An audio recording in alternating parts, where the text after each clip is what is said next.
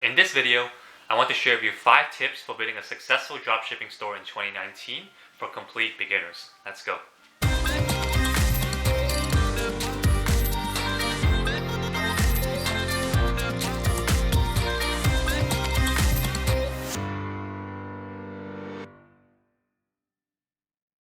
Hey guys, welcome back to my channel. My name is Jeffrey, and if you're new here, be sure to subscribe for more content related to e-commerce, dropshipping, and if you like what you see. Now, I am planning to make that 30-day challenge as always, as I mentioned in other videos, so if you want to support me, be sure to comment down below and like the video for me and subscribe if you haven't already.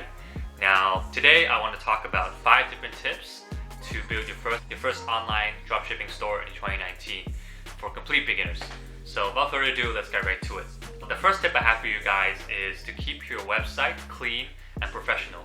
Because I see so many websites nowadays look so spammy and they look like a typical dropshipping store, and just the fact that every store looks the same nowadays, I will highly prefer you to make something more simple and something more easy to navigate, and it will just make the browsing experience a lot easier for your potential customers. In a way, also it'll help you get more sales and increase conversions because of the easiness of going through your website and going through your sales funnel. So the first thing I would recommend when you're starting off is to keep it as simple as you can and to remove all the apps that you don't need to make sure that your site speed increases, your conversion rate increases, and it doesn't come off as spammy or unprofessional. So the second tip I have for you guys is being able to find the right product. In dropshipping, finding a right product is absolutely king, and if you don't have a good product that people want, people will not buy from your store, no matter how good your website looks or how professional it is. So make sure you have the right products and do the proper product research before you go ahead and run ads to it. Even if it means, finding a product that you think is a winner, it's still worth testing. I did cover a video regarding how to find winning products and some product research and what makes a good product and a winning product. So be sure to check that out if you want in my YouTube channel before continuing this video. So the third tip I have for you guys is having upsells and cross-sells in place. Now, if you find a winning product in your store, chances are it's going to make up the bulk of your revenue. I would say 80% or above.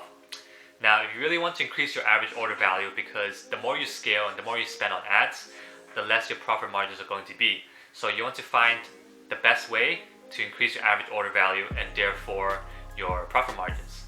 And one way to do that, and the best way to do that, is to increase your upsell features and your cross-sell. So what I mean is, adding extra, adding like a bundle package, or like providing a volume discount, a post-purchase upsell, for example, and including some scarcity tactics and stuff like that. I actually made another video on that on my YouTube channel as well. So if you want to check that out, feel free to do so. That's really important because I feel like nowadays dropshipping is getting more competitive. So to stay on top of your game and to maintain healthy margins, you really have to increase your upsells and cross-sells to succeed as well. So the fourth tip I have for you guys is the fact that you should utilize your backend.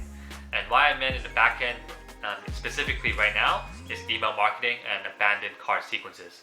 So a lot of the times when people are going through your store and wanting to purchase, they tend to abandon the cart because of several reasons. One of which including, because they might not have enough time, or they might forget about their cart, or they find it too expensive, and other reasons such as that. And one way to get them back to purchase is to have abandoned cart sequences in place. So for example, emails saying, you left this, make sure you add this back to your cart before the product expires, or like make sure you get this before it sells out, or including some kind of scarcity. But most importantly, you have to have that email sequence in place to make sure and to remind them that the product is still, first of all in demand, and second of all, is still reserved for them. And that will make sure that they remember about the product that they added to cart, and potentially they might check out and you might secure that sale at the end of the day. So back-end email marketing is very important, and this will be very important once you find your winning product, and if you want to scale further and make sure you capture your leads back after losing them for that sale. The last one here I have for you guys is branding, and branding is super important. I always talk about this in my channel, and that is basically having different logos, having a about us page, having our mission statement, our vision, our contact us page, proper slogans, having your social media pages, stuff like that. So all that contributes to branding. And on top of that, you want to have custom logos and packaging as well. That also contributes a lot to branding. And branding is going to be very important because it sets apart your competitors, even though you're selling the same product. So make sure you have that in place. On top of that, you can also demand a higher price as well, because your branding is in place, and it makes sure it looks like you're like the original content, the product creator, and it just makes everything more prestige looking and credible.